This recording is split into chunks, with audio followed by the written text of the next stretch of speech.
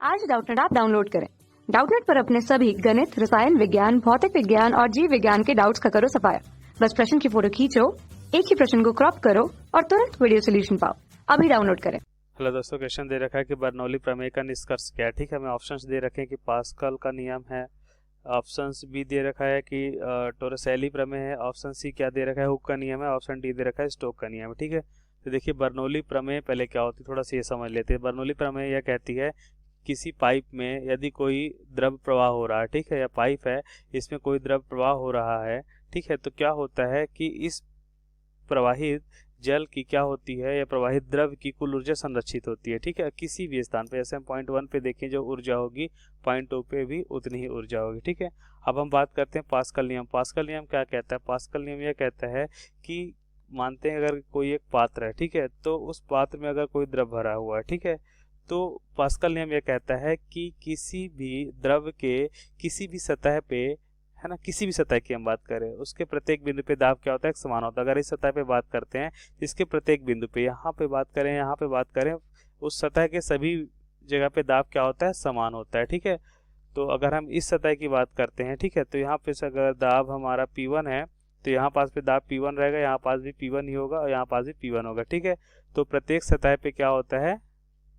द्रव के किसी भी सतह में प्रत्येक बिंदु पर दाब क्या होता है? समान होता है। ठीक है, किसी भी सतह की बात करें, सतह इसकी, अब इस सतह की अगर हम बात करें तो इस बिंदु की बात करते हैं, इस बिंदु की बात करते हैं, सभी जगह दाब समान होगा। इस बार P2 हो जाएगा, दाब अलग अलग होगा, है ना, सतह अलग है तो दाब अलग हो जाएगा, लेकिन एक ही सतह के सभी बिंदुओं पे दाब समान होगा। ठीक है, अगर ये एक ही सतह है तो P1 सभी जगह समान हो गए, या दूसरी सतह है तो दाब तो बदल गया, लेकिन उस सतह पे सभी बिंदुओं पे दाब क्या है? एक समान है। पास्कल का नियम था। हुक का नियम ये कहता है कि जो प्रतिबल होता है ना, वो क्या होता है? हुक का नियम से कहता है कि प्रतिबल होता है वह विकृत के क्या होता है? अनुक्रमानुपाती होता है। ठीक है, प्रतिबल विकृत के अनुक्रमानुपाती होता है, प्रतिबल विकृत के अनुक्रमानुपाती होता है। ये हमें कहाँ से पता चला? हुक के नियम से पता चला। स्टोक के नियम की थोड़ी सी बात कर लेते हैं। देखिए स्टोक का नियम क्या होता है।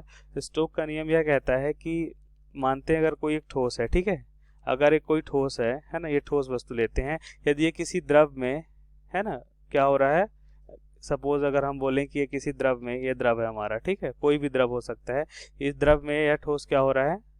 नीचे की ओर गिर रहा है। ठीक है, तो क्या होता है? देखिए इस पे गुरुत्वीय त्वरण कार्य करता है। ठीक है, गुरुत्वीय त्वरण के कारण, है ना, ये क्या होता है, इसमें एक त्वरण उत्पन्न हो जाता है, ठीक है, जो नीचे की ओर गुरुत्वीय त्वरण के बराबर होता है। ठीक है, अच्छा, अब क्या होता है, हम जानते हैं कि जब कोई ठोस किसी द्रव में होती है तो क्या होता है, उस पे एक उत्प्लावक बल कार्य करता है। ठीक है, उत्प्लावक बल जो ऊपर की ओर कार्य करेगा। ठीक है, आप जानते हैं कि ये द्रव की जो परतें होती हैं, जब ये नीचे की ओर गति कर रहा होता है तो ये परतें इनका विरोध करती हैं। ठीक है, ये द्रव की परतें विरोध करती हैं, जिस कारण से ऊपर कौन सा बल कार्य करने लगता है? श्यान बल कार्य करने लगता है। ठीक है, और श्यान बल क्या होता है? वह वेग के अनुक्रमानुपाती होता है। अब वेग जितना ज्यादा होता है तो श्यान बल भी उतना ही ज्यादा कार्य करता है, जिस कारण से क्या होता है कि वेग ज्यादा होने का ये विरोध करने लगता है और उसके वेग को क्या कर देता है? ठोस के वेग को कम कर देता है। ठीक है, इस कारण से क्या होता है? देखिए इस कारण से हम स्टोक ने क्या किया कि श्यान बल के संबंध में एक नियम का प्रतिपादन किया, जिसे स्टोक नियम बोला गया। ठीक है, अब हम बात करते हैं टोरिसेली प्रमेय। टोरिसेली प्रमेय में यह कहा गया कि यदि कोई पात्र है हमारा, ठीक है, उस पात्र में क्या है? कोई द्रव्य भरा हुआ है, और द्रव मानते हैं कि h ऊंचाई तक हम इस पात्र में एक द्रव्य भर देते हैं। ठीक है, कितनी ऊंचाई तक भरते हैं? मानते हैं कि इस पात्र में h ऊंचाई तक हम द्रव्य भर देते हैं। ठीक है, अब हम क्या करते हैं, हम देखते हैं कि इस पात्र की सतह से किसी भी ऊंचाई पे, है ना, को किसी भी ऊंचाई पे क्या करते हैं? छोटा सा छिद्र कर देते हैं। ठीक है, अब छिद्र करने पे क्या होता है कि यहाँ से द्रव्य बाहर निकलेगी। ठीक है, तो क्या होता है कि यह द्रव्य जो है जिस वेग से निकलती है उसी को हम क्या बोलते हैं? उसी को हम बोलते हैं बहिस्राव वेग बोलते हैं। ठीक है, इसी को हम क्या बोलते हैं? बहिस्राव बोलते हैं, बहिस्राव वेग बोलते हैं। ठीक है, यह टोरिसेली प्रमेय से पता चला, और इन्होंने इस वेग को निकालने के लिए किसका प्रयोग किया था? बर्नौली प्रमेय का प्रयोग किया। तो उन्होंने कहा था कि सतह 1 पे जितनी ऊर्जा है द्रव की, है ना, यहाँ तक की जितनी ऊर्जा है उतनी ऊर्जा इस पॉइंट पे भी होगी। ठीक है, और इस कारण से उन्होंने बहिस्राव वेग निकाला था। तो यहाँ पास हम क्या देखते हैं कि टोरिसेली प्रमेय है जो बर्नौली प्रमेय का निष्कर्ष है। ठीक है, तो यहाँ से हमारा ऑप्शन कौन सा हो जाएगा? 20 का ऑप्शन हो जाएगा। Thank you. कक्षा 6 से 12वीं से लेकर नीट, IIT, JEE वो एडवांस के लेवल तक 1 करोड़ से ज्यादा छात्रों का भरोसा। आज ही डाउनलोड करें डाउटनेट ऐप या व्हाट्सएप करें अपने सारे डाउट्स 8400 400 400 पर।